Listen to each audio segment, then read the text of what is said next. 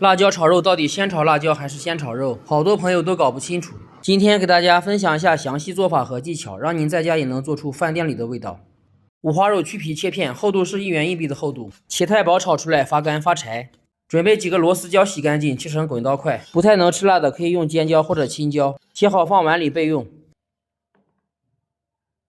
大蒜切掉一点，直接拍散，这样比切片或者切末炒出来更香更有味道。放少量豆豉，下面开始操作。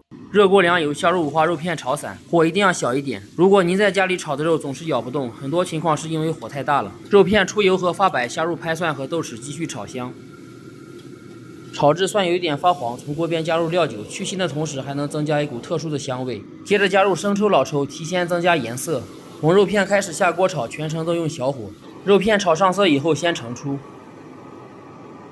锅洗干净，不放油，直接下入螺丝椒。刚下锅，先用这种半煎半炒的方式处理一下，这样能提升辣椒的香辣味。表皮起皱，放一勺盐翻炒一会儿。这样成菜以后，辣椒也有味道。稍微有一点发软，把炒好的肉下锅，太干了可以放一点水，这样搭配米饭吃的时候更有味道。翻炒一会儿，让肉和辣椒的味道融合。炒好以后就可以出锅装盘。一道非常好吃下饭的辣椒炒肉就制作完成，也可以作为下酒菜，味道确实很不错。点头像金主页还有更多家常菜，下期见。